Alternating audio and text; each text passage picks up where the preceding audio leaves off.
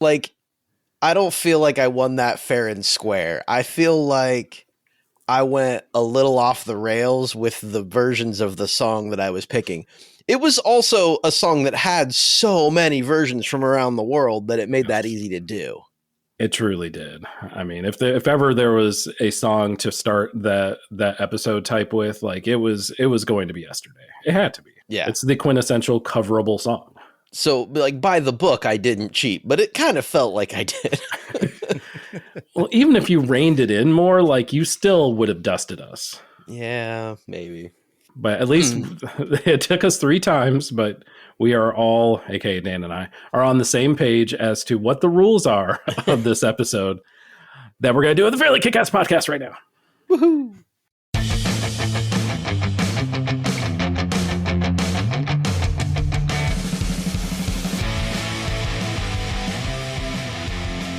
Woohoo indeed. Welcome in, listeners. Welcome in, Jay. Welcome in, Dan. And welcome in myself, Zach. This is your Fairly KickAss crew, and we are going to be taking you through the, counting my fingers, 3rd iteration of the Coverlutions episode. For those who haven't heard the first 2 yet, the premise is that we take an oft-covered song and we find our favorite, our best, our perhaps most outlandish, most unexpected covers of said song. The goal is to be the last one standing that does not have a song that is on one of the other hosts' list.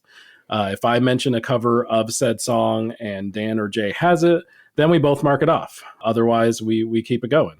Whoever still has songs left at the end, we just decided 30 seconds ago that person will get their own 30 seconds, just like if you're familiar with the sports show Around the Horn, 30 seconds to say whatever the heck they want. I have to say this, though, that it's impressive that this is the 3rd time we're doing this and we've nailed down the rules. I want to say we've been doing our re-racks for like 3.5, maybe 4 years. And every single time we do one, we have to go, oh, yeah. So how can we do this? Like you go and then me and then you and then who? To be fair, we do that with every one of our segments. That's true. And I have no problem confessing this, and this is probably bad, but CTE is a thing, that we're going to record this episode, right? Mm-hmm. And in a couple weeks, someone will ask me a question about it. Yeah. And I will have no recollection. Like what did you have? Hang on, let me pull up my Google Drive and I'll tell you what it is. I can't remember off the top of my head. The worst for me is like the monthly reviews, because we listen to so many albums and like inevitably someone will ask me, like, just in real life, someone who knows I do the podcast, and they'll be like, hey, what albums did you like in such and such month? I'm like, I don't fucking know. I don't know. I'm listening. I've already like 3 listened. months ago, bro. 3 months ago, right? Or someone goes, what do you listen to? I'm like, today? Like, yeah. Like it's Monday. Today's hockey podcast day. I'll get back to music on Tuesday. Right. Make you a list. I was trying to tee up a segue, but then I realized I teed you into a brick wall. So what is the song that we're going to be doing for the 3rd iteration of Coverlution? Well, despite your best attempts, you actually did segue me perfectly, because a brick wall is erected to keep out many things from a home, including wind, rain, and sunshine, which there ain't none of in the song that we're covering today. It is, of course, Ain't No Sunshine, the song by the legendary Bill Withers from his debut. This jam came from his debut album. That's just how good that album was. The album is called Just As I Am. It came out in 1971. Had his cover of Let It Be on it. Had Everybody's Talking, which is a great jam. And Ain't No Sunshine, which is just classic, smooth, soulful, mournful. Just one of the most sonically pleasing songs, at least, that I've ever heard. Ditto. And for good reason, that this song is very, very often covered.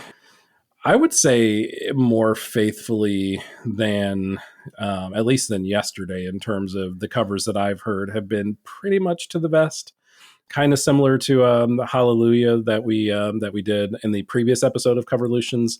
I'm curious what the two of you thought. Did you think that everything was pretty much similar to the subject material, similar to the original, or did you find anything that was a little more out in left field from the covers that you heard? Again, it was interesting you mentioned that because I was going to say something about the actual original's construction. Is that it's actually a relatively simple song, from a composition standpoint. And I did find plenty of covers that were very faithful, and not just to obviously lyrics and music, but also to emotional tone, which was a big one.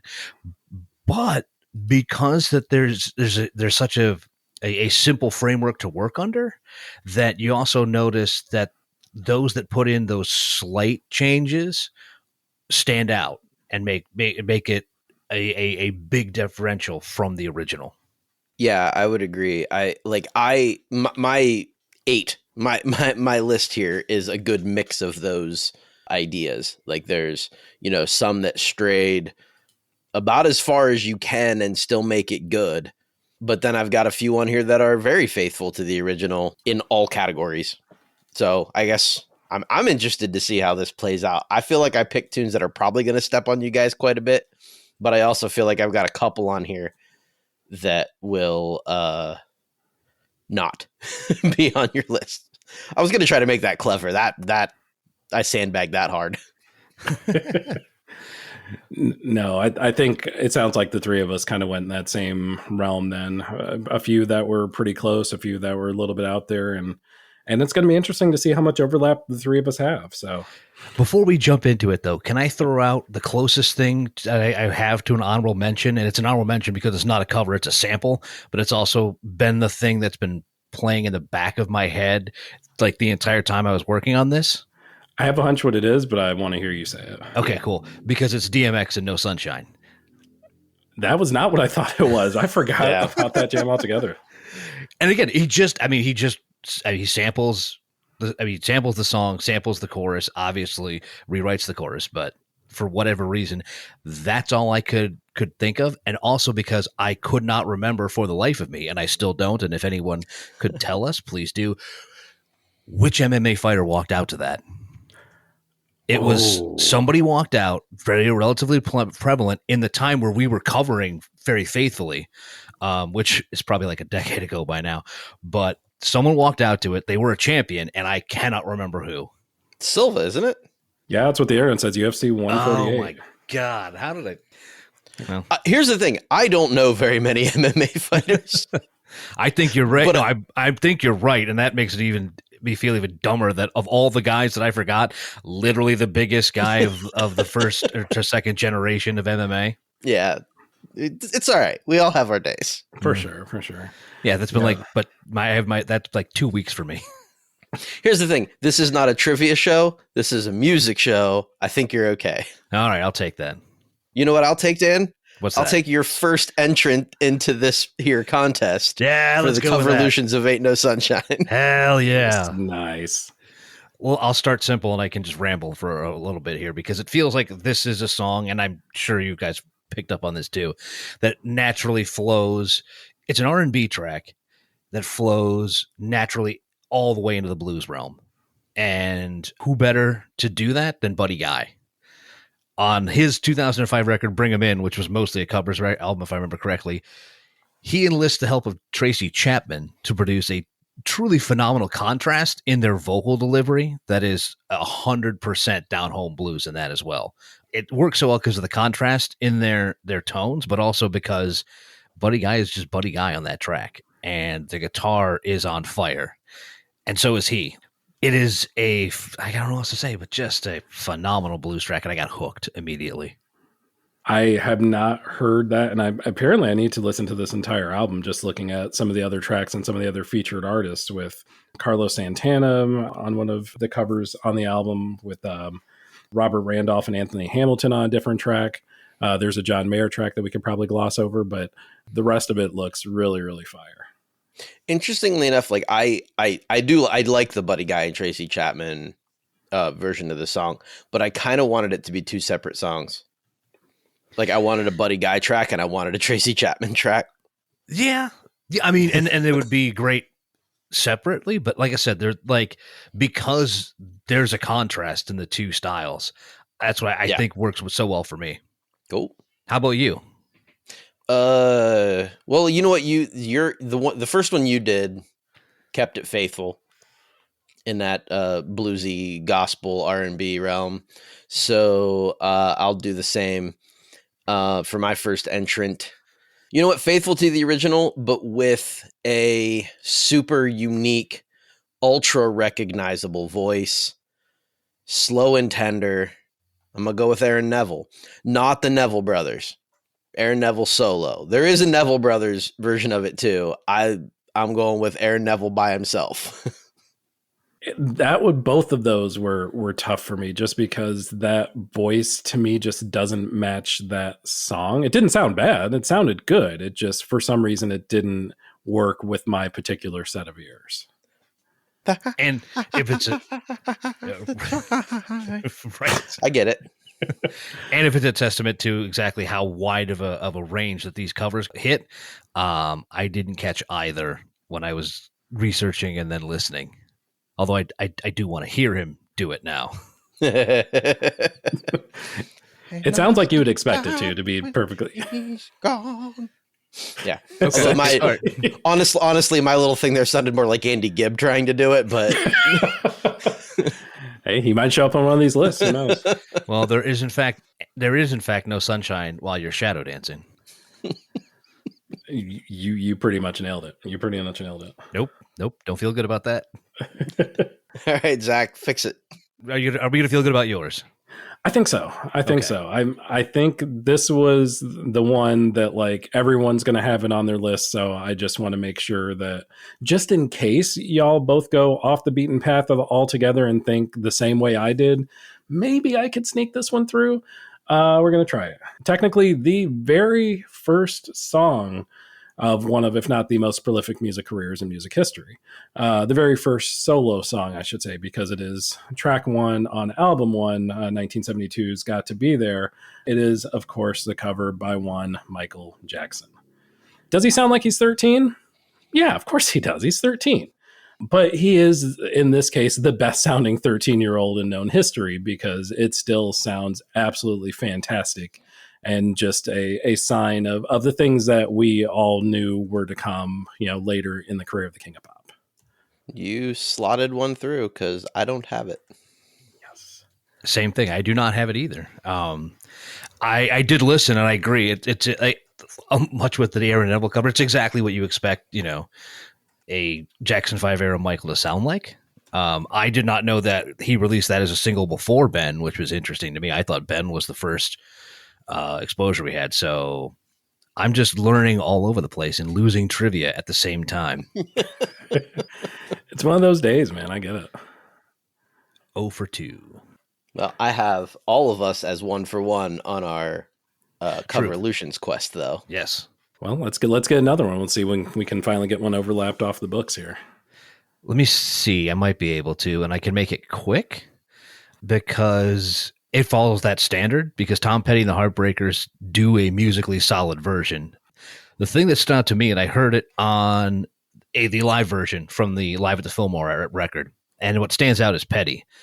And in the same way I think that Aaron Neville probably stood out for you, Jay, because he adds a unique sound. It's like that's that kind of the move, that the room to play with the song. It's your vocals. I wish I had more than that, but that's literally what pushed it onto the list for me. Oh yeah, no notes. Actually, full disclosure, breaking the fourth wall here. I had 11 songs that I could have used. That was one of the 3 that got bumped. Okay. Oh wow. So no notes here. But what I wrote for it was there's nothing Tom's voice can't do.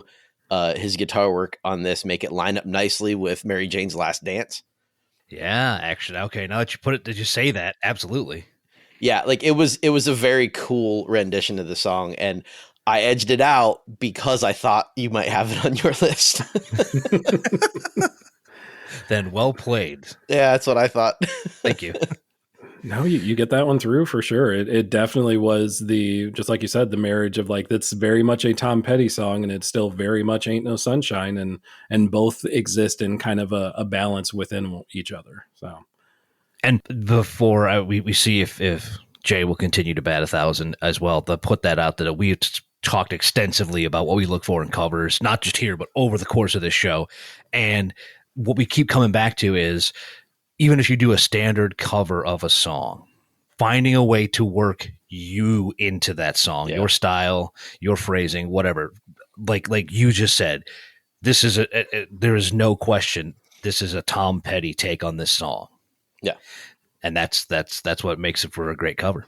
Agreed. Yeah, like it wasn't like it was he changed his voice to make the song work. It's his voice doing the song. Like there's nothing weird about it. It doesn't hurt that it was here in Detroit that he did it. So cold in the D. Yeah, that live performance is at the Fillmore. So, well, do you have a live performance for your next one, Jay, or something in the studio? No, I didn't go live for this one. Actually, I'm gonna go. We've been sticking to the standard for a moment, so I'm gonna go a little bit to the side and try to sneak this one in. But maybe it'll wind up on your list. Those hand drums, funk infused, soulful bass, and guitar for the first minute 45. Then it breaks rhythm, drops the beat, and goes full blues. Oh yeah, it's also instrumental except for the background singing I know part behind everything at the beginning. That's Isaac Hayes' rendition of Ain't No Sunshine. You ain't getting that one through, my friend. No, I didn't think so. I didn't really expect to, but I wanted to say it. As you should. It's 17 minutes, at least the version that I found from Stax Records, the Watt Stax. It was, I think, close to the 7th anniversary of the Watts race riots, and the benefited several different organizations. Really cool. They raised a ton of money. I was curious, like it was $70,000 that they raised from the show in 72, and in today's dollars it'd be like over $550K. Wow. It was huge. Yeah. The version I listened to was not the one from Watt Stax. Oh, interesting. Okay. No, it was the album version from something else. I can't remember. Spirit of Memphis, maybe? Yeah. The only reason we all three don't have it on the list is that I listened to the 17-minute version, and I was like, I don't know if I can. I don't know if I mean, it's amazing work, but we'll put it off to the side. I'll have to hit you up afterwards, Jay, because I thought that there was maybe an album version of this. I could not find one. So Soulsville, USA. That's the awesome. It is like there's the Stax, but it's only 3.5 minutes. Oh, nice. Okay. Yeah, I'll definitely hit that one up because I'm sure it's every bit as good, just the abridged version. Yeah. Nice. Yeah, I did not hear the 17-minute version. I mean, I wouldn't be opposed to that, but I did not listen to that one. It goes in. Like you don't like wait for, oh, it's 15 minutes and I only got 2 minutes left. No, you're like, let me get 17 more after that. It's solid. Nice. Well, thank you for backing me up on my taste, but also bite me for having it on your list too. Fair. Harsh but fair. I will take it. All right, what's next on your list then? So, kind of harkening back to what Dan had mentioned with Tom Petty specifically, and the balance of making the song your own while still making it very much the source song, the original song. One that was a little bit out of left field, and a band that when I saw it come up in my list, I'm like, there's no way this is good. And if it's good, there's no way that it's faithful enough to be on the list. But I was surprised that it was not only good, but it sounded just like not any other, but it sounded like a signature Passenger song. You had the vocals that all of you, at least from the main single, Let Her Go. It sounds a lot like Let Her Go, actually. It's weird as hell. But it sounds really good. They did a great job with the instrumentals. They kept it mostly subtle. They didn't really go off into left at all. And it still has that signature sound of both Passenger and Bill Withers. So yeah, I thought it was the most balanced track on my list for sure. They did work in a pretty nice guitar solo though in there. They did. Very much so. Which is why yours doesn't get through. I thought that was a lock. Damn, pulling out the stop. Yes. And the thing that I wrote was that, like, I know what to expect from Michael Rosenberg's voice. What I didn't expect was actually how well it would fit the song. Like, I expected it to completely contrast, and it didn't. It was wild how well it worked. It really was. Well, you just hit me with that Scrabble game show stopper. So For all the olds in the crowd who remember that, my apologies to you because your bones are now dust. Yeah. Dan, do you got a dusty coming up for your next one or something more recent for us? I can go backwards and go dusty. Okay. I think one of the things, and we've already touched on it, that makes Ain't No Sunshine's construction such an attractive composition to have a go at is that the vocal phrasing gives a singer a ton of room to operate in. Whether they're going to play it straight and put their tone into it or try to adapt to Bill Withers' original tone. But you can look to Memphis blues and R&B legend Bobby Bland's version from 1988 as a true testament to that. I mean, he was known for his power and tone in that voice, and probably it was often compared to a minister in his style and phrasing.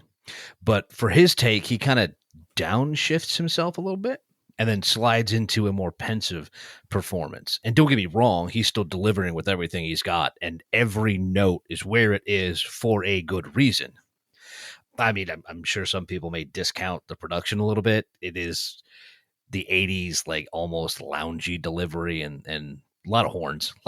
But Bland breaks through any misconception of that and delivers what I would call a truly devastating performance to it. It must have been the production that made me not put it on my list then, because you're like, I do like his voice, but I could totally see that. Yeah, I mean, I'm trying to remember now. We did listen to a lot of versions of the song, indeed. So like, you start nitpicking after a while too. But right, you have to. Yeah, production has to be the reason I left that off my list. I'm trying to remember. And again, I don't like the first thing I thought. I go, wow, it is dancing on that line into cheese. It really is. But he keeps kind of bringing it back from the edge. At least to me, it keeps bringing it back from the edge without going off the cliff, I guess, to land in the Fondue Canyon, so to speak. We could all be so lucky. Let's be real. I'd take a vacation to the Fondue Canyon. I'm telling you. That sounds great. Unfortunately, I cannot stop you on your pick.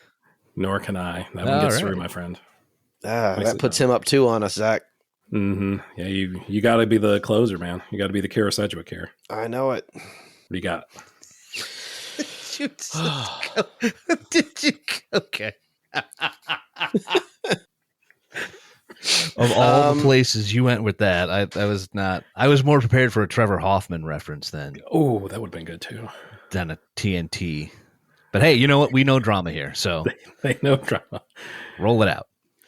All right, I'm gonna go with one that I'm pretty sure I'm the only person who would have put this on here.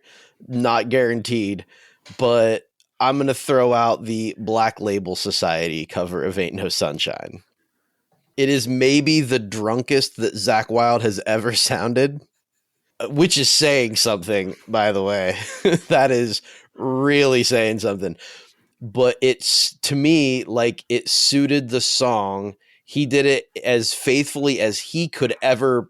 Like, there was no sarcasm in his voice. There was no thrash at all in any of this. And that dude can shred, which is what I will really say about this song, is that guitar is fierce. Sublime. Absolutely. And is something that made his version extra cool. Like, vocally, he did a couple of interesting things with the pattern of the vocals occasionally too, which I thought was neat because it flowed really well. He was definitely drunk, but the guitar was on point. Did you see the music video? I didn't. I won't spoil it. It's absurd. That's all I will say. It's well worth the watch. Okay. But yeah, if we did go to 11, this would have been on the 11. This was definitely high on my honorable mentions, and it's everything you said. The guitar work is just pristine, as you would expect. You know. Yeah. Good jam. No notes. It went in the sidebar because I had to get cut down, and I didn't feel bad about pushing it to the side because I knew you would pick it up. Well, I appreciate the win. I needed one. But I'm actually very surprised that it made both your lists, because it is quite inebriated. And why would that be a problem for us? Right. I don't know. Maybe it feels heretical when it comes to such an iconic song. Maybe, but here's the thing, and this comes to the interpretation and what we mentioned about it being a pretty simple song, lyrically too. It's like it's a simple story he's telling, and when you really down to it, like, yeah, it would make total sense to do it with a fifth in your hand. True. When you tell him that story. Yeah, that's exactly how I envision it. Like in a dark bar, make it a double. Ain't no sunshine when she's gone. Like it feels like that kind of song to me. So, all right, cool. Well, I think we're gonna go 3 for 3 this round on getting songs through because I think this one is gonna get through, despite the fact that, at least according to whosampled.com, this artist herself has the second most sampled song ever. That song was Think About It by the great soulful Lynn Collins, who also did a very bombastic cover of Ain't No Sunshine. This is not subtle. This is not mournful. This is a lot. And I say that in a good way. That's not any shade or anything negative at all. It absolutely slaps. She goes in. This becomes more of an angry plea than a mournful plea.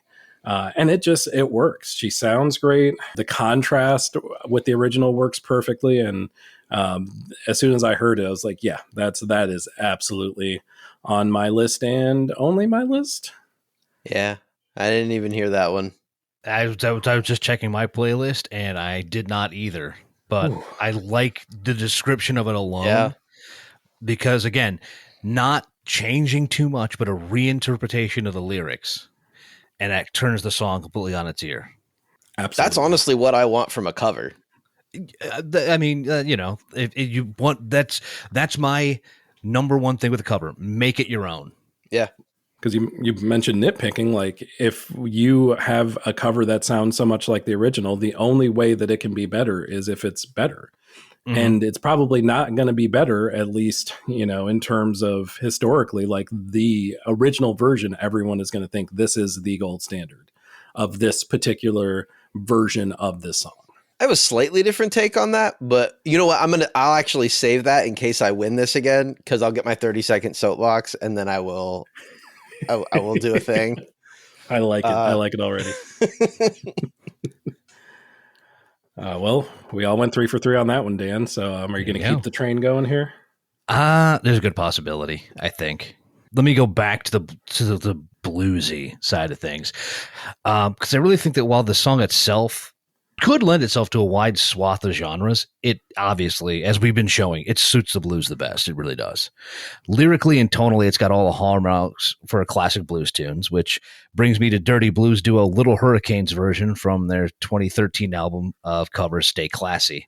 And Dirty Blues is exactly what they give you with this version. I mean, it's a guitar and drums and some light yet emotional vocals. I know the concept of simplicity has also been mentioned a couple times tonight, and this is a note to me to mention this a few times if I do get a chance to nominate this song. Damn it, I wasn't supposed to read that.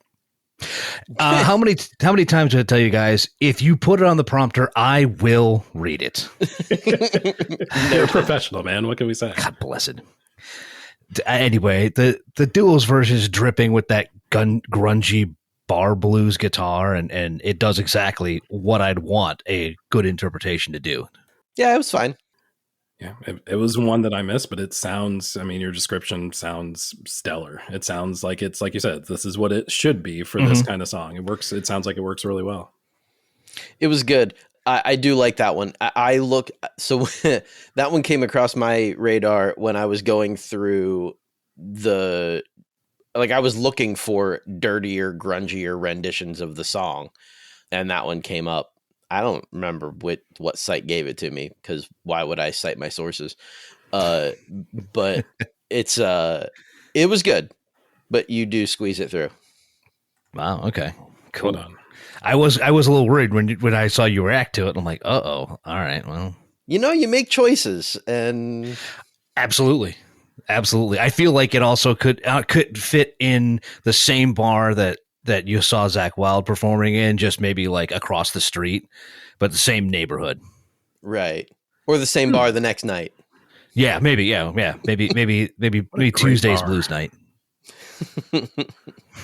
Jay, do you think your next song would be played at a blues night at a local bar or at a different night? Well, my next one's not going to be played at any old bar. It would have to be a club. Okay. In 2015, a Belgian producer turned this tune into a trip hop masterpiece. His name is Poldore. I don't know how to pronounce it. It's Poldore. And he basically chopped up the lyrics, scattered them around, but it's still very much the same song. Like, it's not just a sampled thing. He took that song and made it a trip hop tune. It doesn't hurt that those scattered cuts of the lyrics from Ain't No Sunshine are scattered with bits and pieces of Still Ballin' by Tupac. Excuse me? Yeah. Do yourself a favor and listen to this version of the song. After hearing it is probably my favorite imagining of the song. Like, it's definitely a different take on it. It's not in any way faithful to the original, except maybe the emotional content. And I really dug it. It was really fun. Sounds like it's not going to win an award for the best version, but maybe win an award for the most fun version. I really like it. I would agree that it was the most fun cover I listened to. It was in the middle of something else, and it was actually foreshadowing after another trip hop version that came through that was a little more faithful. Okay. And I think that might have been why I kind of stuck it in the back of my head, going, "All right, I like what you're doing. I don't know if I'm ready to include it on my list." And ultimately, I didn't. But well, that works for me. I do. Yeah, there's a win for you. But I did like what I heard. I like it. I like that. I like the Tupac in there too. That made me very happy. I had that's why I went and hit repeat. I was like, did I hear what I thought I just? Yes, I did. I mean, if you're gonna go random, you might as well go randomer, right? That's right. Right. Holy shit. So if you're gonna go random, you might as well go the full 9, not pussy out when it comes to free shit to drink. Jesus, you motherfuckers are pushy. Apparently, I missed the trip hop version of Ain't No Sunshine memo because I do not have one. Well, so, but is your next one gonna be like playing hockey on the roof or no? It's that's a really interesting analogy. As I say, speaking of hanging you out to dry on a segue, like, I could see that just because when this version was recorded, and considering what was going on when this version was recorded, there probably wasn't a lot of other stuff to do than to go out. If you had an apartment building that had a roof, to go out there and to be outside, because if you were inside, you would either have to be in a mask or away from everyone, because this was recorded in April of 2020.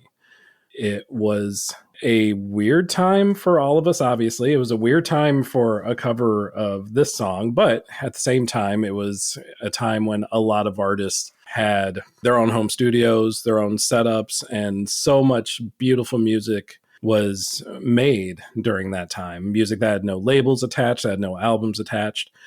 This was very much in that vein. And I think showcased a vocalist that I did not think would have this version in him, because more for the Rick roll. That's right. None other than Rick Astley busted out a gorgeous, beautiful, and very faithful version of Ain't No Sunshine. I was blown away. Yeah, I expected it to be complete cheese at best and a pitchy nightmare at worst, and I got neither. I got just something that was absolutely knocked out of the park, and yeah, I didn't have enough good things to say about it. You would have expected a pitchy nightmare from Rick Astley? I would have expected a pitchy nightmare from Rick Astley in a home studio, yes. Fair enough. I'm kind of annoyed at myself that this one didn't hit my radar. No, mine either. Now, expecting absolute cheese to come out of Rick Astley. That makes perfect sense to me. Maybe, but at the same time, like he is sort of from the world of Blue-Eyed Soul, so it would make sense that he would have that interpretation to be ready to pull out. Sure. And that he could do well with it. Yeah, as long as it wasn't, masked overly in 80s productions. So I guess 2020 is the time to do that. Exactly. Okay, sure. But I mean, go back to him doing didn't he? If I remember correctly, was Everlong that he jumped on stage and did with Foo Fighters, and he was great at that. So Any soul music though. Anyway, good Agreed. pick. I will be going back to listen to it. As will I, definitely. I cannot wait for the listen along playlist to get posted over at fairlykickass.com because I can't wait to go back and listen to all of these versions like you yourselves can do as well. That was a mid-show plug. Check. Nice. Professional. Professional. All the stuff that isn't Spotify available, all the live stuff that maybe is only on YouTube, we'll have that available as well on the website. So come check it out. And in the meantime, check out Dan with his next item up for bids. I guess I should complete the loop here because I actually wrote, I bet the last place you were expecting any of us to head would be into the world of trip hop. And then I got scooped. So that works for me. That who knew that 2/3 of us were already expecting to do that. But let's go a little bit earlier to like the early 90s sound of trip hop. The English duo Lighthouse Family's version sticks out because of just how bass heavy this thing is. And that trait alone could easily kill the entire vibe of the song. But it managed not to. And it instead kind of held on to the depressed tone for the lyrics. There's the appropriate amount of strings to round things out, which again could walk that line into overwrought, but it doesn't. That's just one of the things about the track. The premise alone could very easily go overboard and push it into that cheesy or spaltzy or worse, whiny territory with it, which I guess is what you'd imagine a trip hop track to do. But the overall feelings are muted enough that to maintain both the vibe of the song and the vibe of that era on the genre, so to speak. It's interesting that that's where the song you picked, because I chose the Poldora over Lighthouse because I don't know, I preferred the version I picked, obviously, but well, Tupac, fair enough. Yeah. It is rare for that to happen. I think that happened once or twice in the Yesterday episode where like two of us had a very unexpected genre. I think maybe like mid-European, like Central European metal. Jay, it might have been you and I. It might have been. And they were both awful. Right. I was like, which one is slightly less awful than the other? Yeah. Kind of, but at the same time, I'm pretty sure I listened to the versions, both of the songs that you guys had mentioned. Yeah. Unfortunate. It's all right. We already know you snuck that one through because I went the other one and Zach ignored trip hop. I did. Jay, what about your next thing?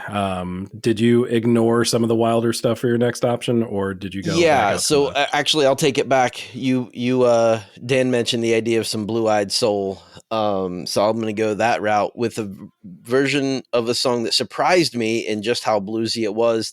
To my ears, it actually was a bluesier take on it than what came out of Buddy Guy and Tracy Chapman.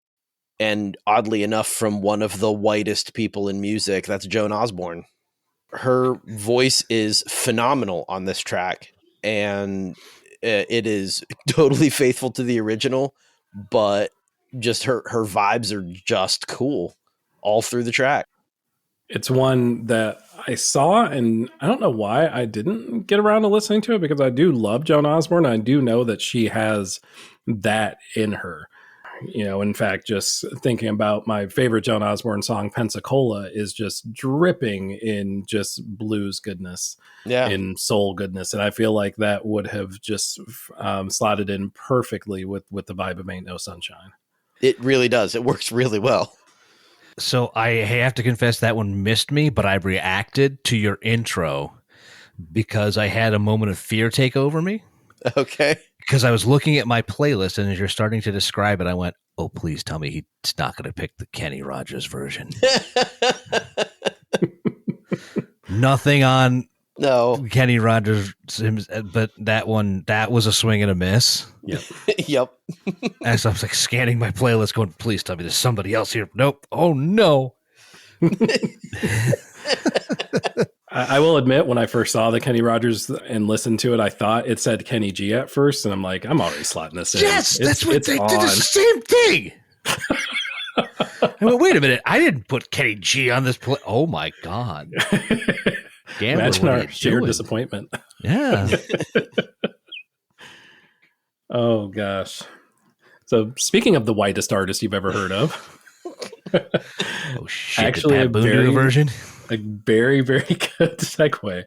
It was an unironically great cover. It feels like it'd be ironically to use this band particularly, but it was unironically great.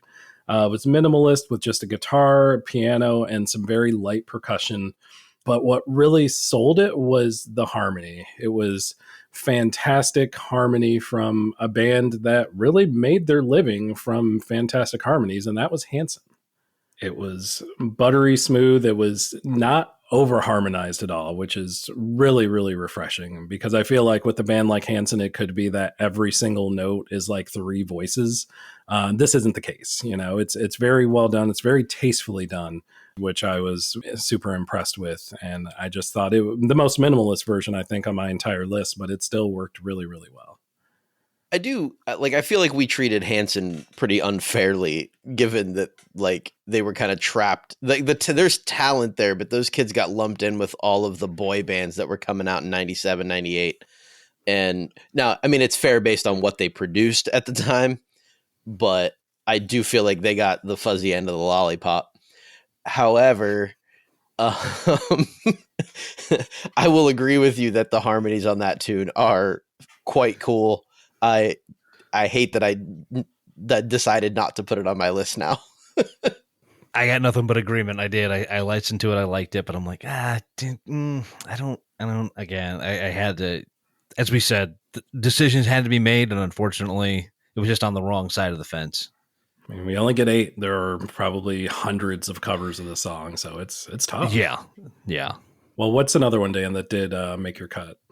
Okay, I will add one that I think will get through, just because it's not. I know it's how to say this. It's not the greatest song necessarily, but I just found myself liking it, and I don't know why. And you know, that part you're just kind of like, this might fall if cover versions were to fall into a guilty pleasure category. I think this would be it for me. The description that this band posted about themselves does transfer over to their cover, though. Quote, Saint Chaos sound like no one else in the German music scene, unquote. And if their version is any indication to the rest of their catalog, that is 100% accurate. Released a single in 2019. It's a rocker in multiple parts. It probably is formulaic to what you would think of as a modern rock cover. It's a simple opening verse, backbeat, keyboards, a little organ for funsies, and then the full band comes in for the chorus with a heavier, it's kind of an industrial wall of sound almost. And that's the energy that just permeates through the track, and not faithful, obviously. I can't make a case for like a transfer of emotion, but for whatever reason, it just kind of scratched an itch.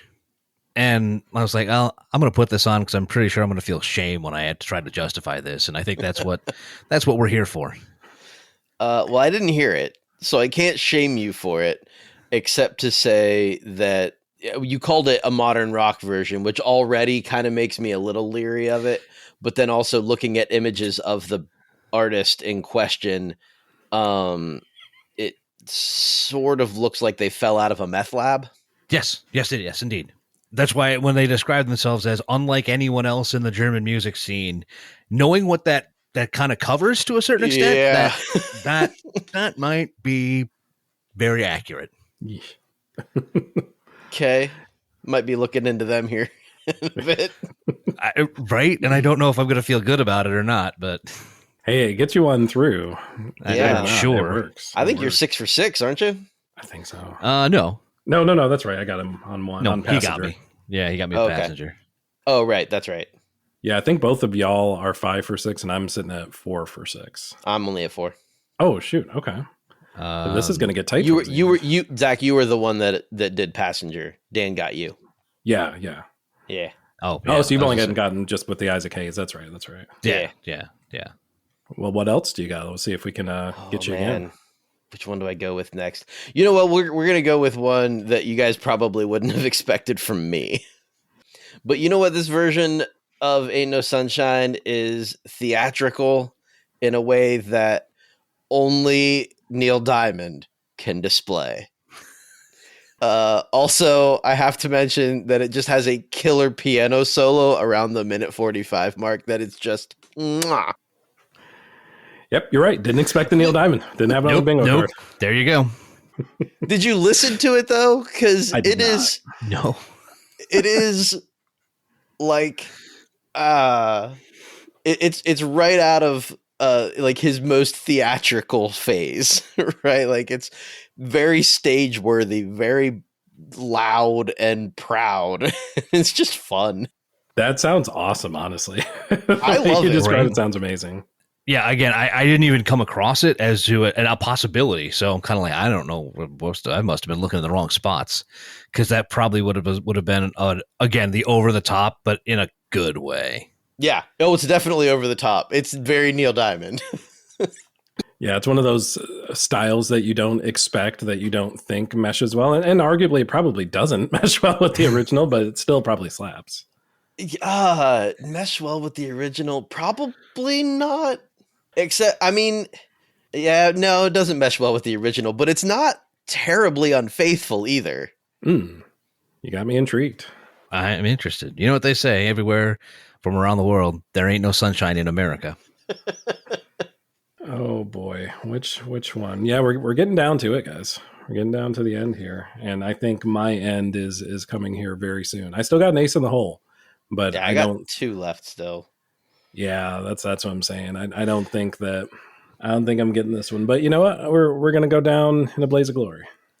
I'll leave that one for last, and I will go with my penultimate choice. I will admit that I only know of Lee and Chandra from their album, a fantastic album, I might add, called Rabbit Fur Coat, that came out in 2006. It was a collaboration that they did with Jenny Lewis and Rilo Kiley, colloquially both of them together known as the Watson Twins. And they came out with an album in 2011 themselves called Night Covers. This track is on that album. Other great covers on that album too, but it absolutely slaps. It does give you a hint of subtlety, maybe not quite as much minimalism as the Hanson version, but you also do have, there's a lot of corollaries between those two, honestly. You do have the harmonies between the Watson twins, which are very subtle in their own right, very beautiful, a very haunting sort of rendition of the song. It was a fantastic version. I absolutely loved it. That's one of the 3 that I cut. Oh my gosh. So we got 2 of the 3 that you cut, and then yeah, you did. And there's a real good chance that Dan's got the 3rd one. I'm guessing Dan's got the 3rd one. I can almost guarantee I don't. Oh, okay. Anyway, what I wrote for the Watson Twins ones, I said it's got beautiful harmonies throughout the whole thing, and only a few augmentations in style from the original. A couple. No, it's a beautiful rendition of the song. I very much enjoyed it. Unexpected to have made even your short list. That's awesome. Dan, what do you got coming up next? Jay thinks you might be taking him out. You say otherwise. I don't think so. So I think I counted correctly. So this is the last trip through this is our last orbit. No, we should have 2 left. I do not. I have one. Well, yeah, because this is your. Unless I lost Passenger. Yeah, this is your 7th round because you lost Passenger. That's 8. Right. Okay. So the best I can do is 7 out of 8, which I feel relatively confident I'm going to get this. That's not bad. Because I have a question, and I already know you're going to hate me for asking this question and going down this road, but I'm going to do it anyway. But were either of you in on that social media trend from like a year or 2 ago? A lot of TikToks ended up where like the audio was of that sea shanty about raising the flag and all this stuff. And I say yeah. shanty was more of like a bass dirge, and it was everywhere. And again, emphasis on that. Yeah. Yep, that one. Raise the colors. Cool. So what about if we took that idea and then applied it to Ain't No Sunshine? No, wait. Hold up, because it's not as cringe as what you're thinking. Start with that. Start with that concept of a low, booming bass doing the very first couple lines of the song. That would be thanks to Jeff Castellucci and his bass growl. And then you bring in the rest of his vocal group, voice play out of Orlando, and actual instrumentation. So it's not full-on rockapella, but they're heading that way. And by that, I mean you get all the harmonies that back him up in this one. And they play back and forth between the the 3 parts, and then him coming back in to kind of reground the track. And I had no idea where this was coming from, but it was a track that was on a list of stuff. And I'm like, I'm just going to listen to everything, copy, paste, and then this one hit. And I was like, say again, please. Sorry, what now? Because that's how the last thing I was expecting. That certainly was the last thing I was expecting, was that like Viking seafaring take on Ain't No Sunshine, so to speak. And that's what you got for those first like several bars. And then the vocal, like I said, then a vocal group comes in and just nails harmonies. And I was taken aback. I'm like, I've got to bring this guy up. Yeah, you're right. That's not the one that I was expecting you to give. Yeah, no, I didn't think so. I'm glad you quantified that too, because as soon as you started mentioning it, I thought, oh, this is going to be cringe, isn't it? That's exactly it. That's like I said, that's the first place my brain went to, was seeing so many TikToks of like container ships getting trashed by waves. But then the song grew on me. TikTok's a weird place, man. So TikTok was a weird place, man. Oh, so weird. You definitely get that one through. Another one on my list of ones I didn't even come across. So yeah, that one excites me more than most, just based on description. So yeah, I already have it pulled up on the other page. I haven't listened to it yet, obviously, but I will be doing that here in a bit. Well, Jay, what did you listen to for your next song? I'm gonna, since we're winding down here, I'll go with the cool one, the interesting one first, not the cool one. They're both cool, what I've got left, but we'll go with the more interesting one first. And I tried to avoid this one because it landed on so many other people's lists online, but I wound up going with it because it's fucking cool. 70s psychedelic instrumental with a badass sax playing the vocal line and a funk guitar picking up all the details. I went with the Aquatics version. That's all I had to say on it. No, oh yeah, no, no, okay. I was trying to check my playlist. Like, did I? Nope, didn't listen to that one. Okay, really? Yeah, that's the best part about it. Something like this, when we're kind of looking at a very highly covered song, is that I maybe have a playlist of like 60 songs, and there's been a number of them where like, wow, that one didn't even cross my path. Oh man. That's really funny, because it was like the first thing that popped up when I typed in like other people's lists and looked for it. It was like number 1 on like 5 different lists. Oh, weird. Yeah. No, there are so many different places to look, on just Googling, on YouTube, on Spotify, and yeah, did not come across that one anywhere. That's right. Wild. Yeah, it is a very cool version, especially if you can get behind the idea of this song being done in a 70s psychedelic vibe. Absolutely can.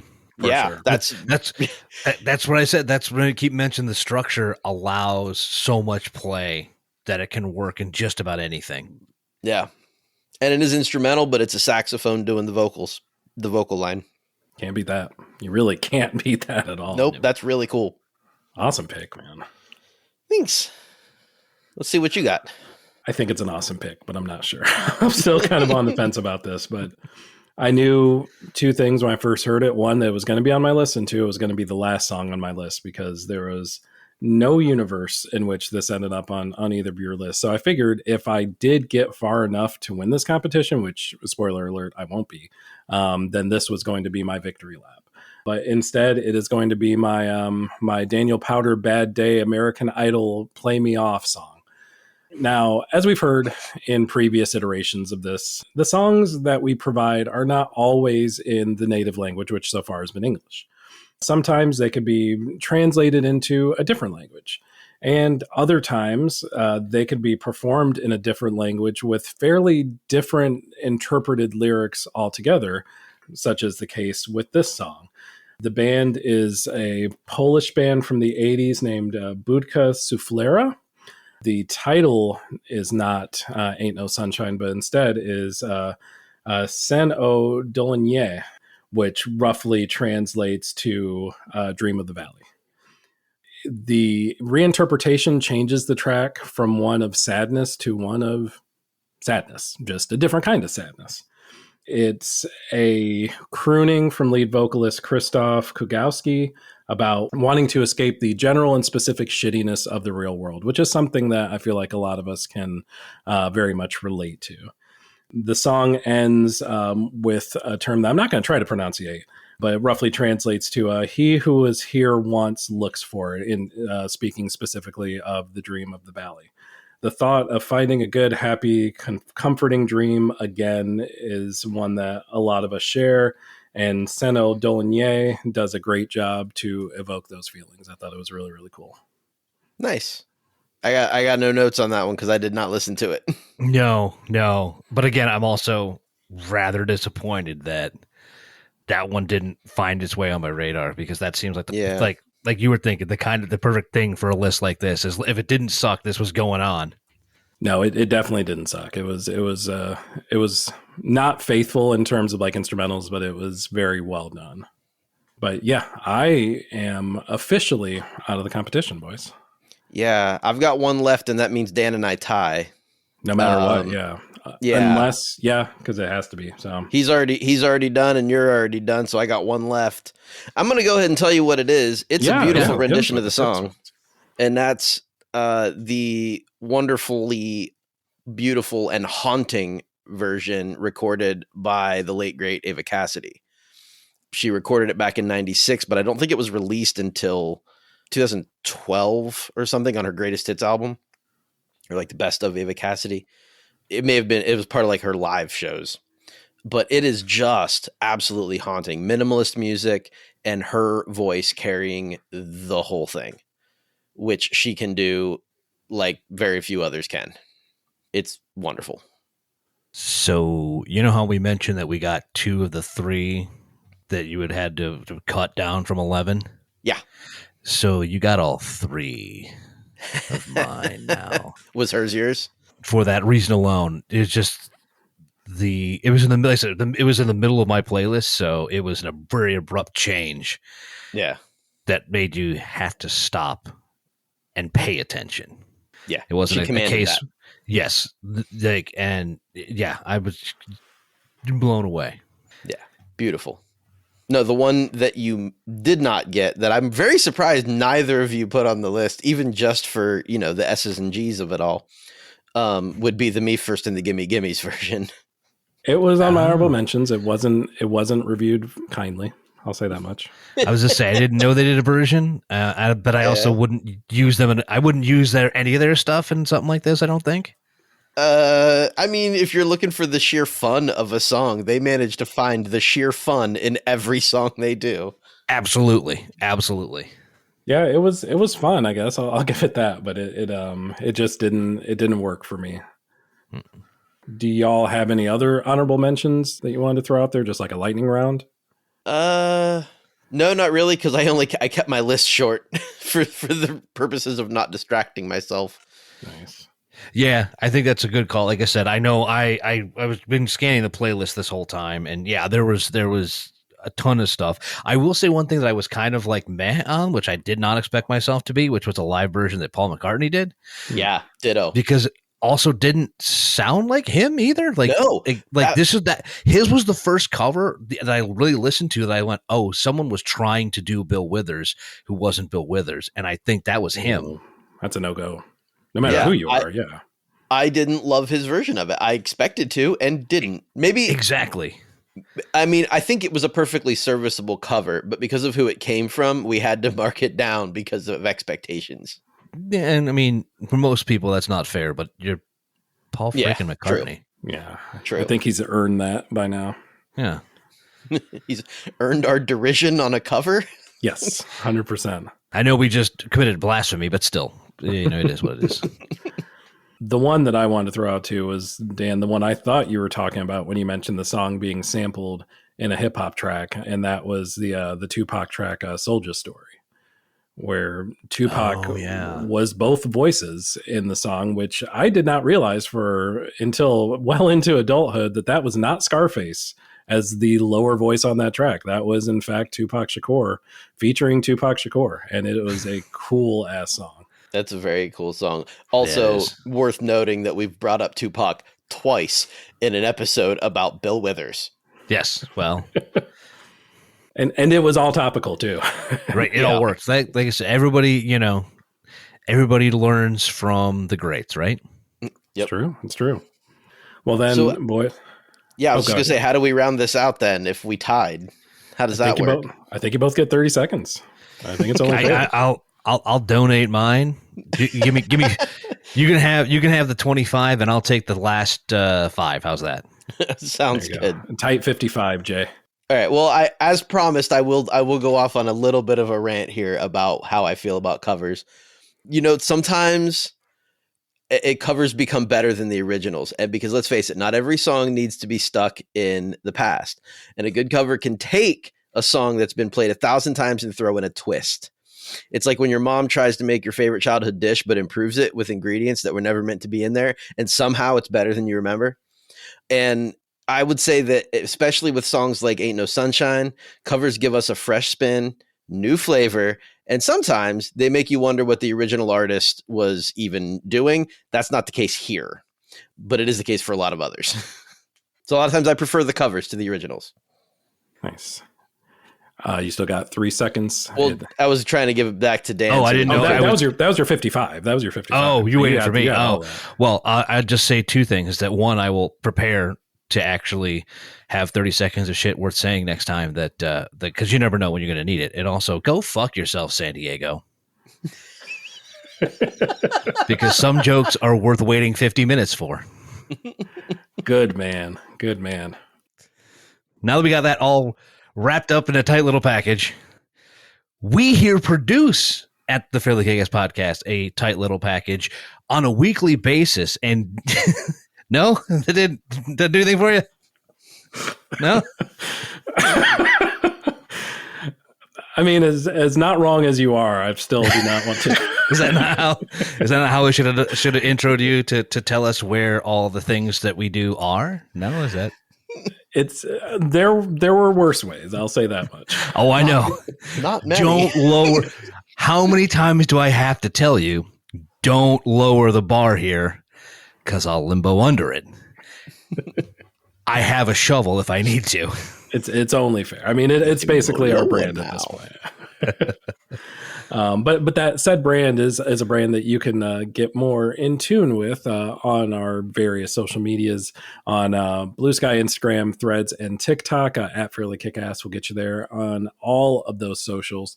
Also, as I think it was you, Dan, that alluded to it earlier in the show, fairlykickass.com for all of your ride-along playlists, including this one, including all of our previous episodes, including all of our future episodes. You'll find all of those there. fairlykickass@gmail.com for any of your email correspondence. Operators are always standing by. And of course, wherever you are listening to this podcast right now is one of the places where you can listen to it. But if you want more, you don't even have to search. You don't even have to Google. Just pull up your favorite podcast provider, your favorite podcast app, whether it's Android, iPhone, the other ones, Microsoft. Do they still do phones? Can you get us on a Zune? Oh shit! Yeah, Palm Pilots. Get your Palm Pilots dusted off. Get the Fairly KickAss Palmcast. If you get the Fairly KickAss podcast on a Palm Pilot, please take a picture and send it to us, because we might retire at that point. Like, that's just the pinnacle. You'd be our heroes, to be fair. That's true. But yeah, and good. I was going to interrupt you and ask, were we still thinking about wanting to do a store? Want to do a store? Yeah, what is a store? Yeah, I mean, if you ever want to go so far to get that, like, we should do stickers. Oh, 100%. This is Maybe happening. T-shirts, and maybe we can vulcanize my tires while I wait. I thought you just came in for a pack of smokes. Is it safe? That's really all I wanted to do was completely derail the end of the show. Yeah. But yeah, merch incoming at some point.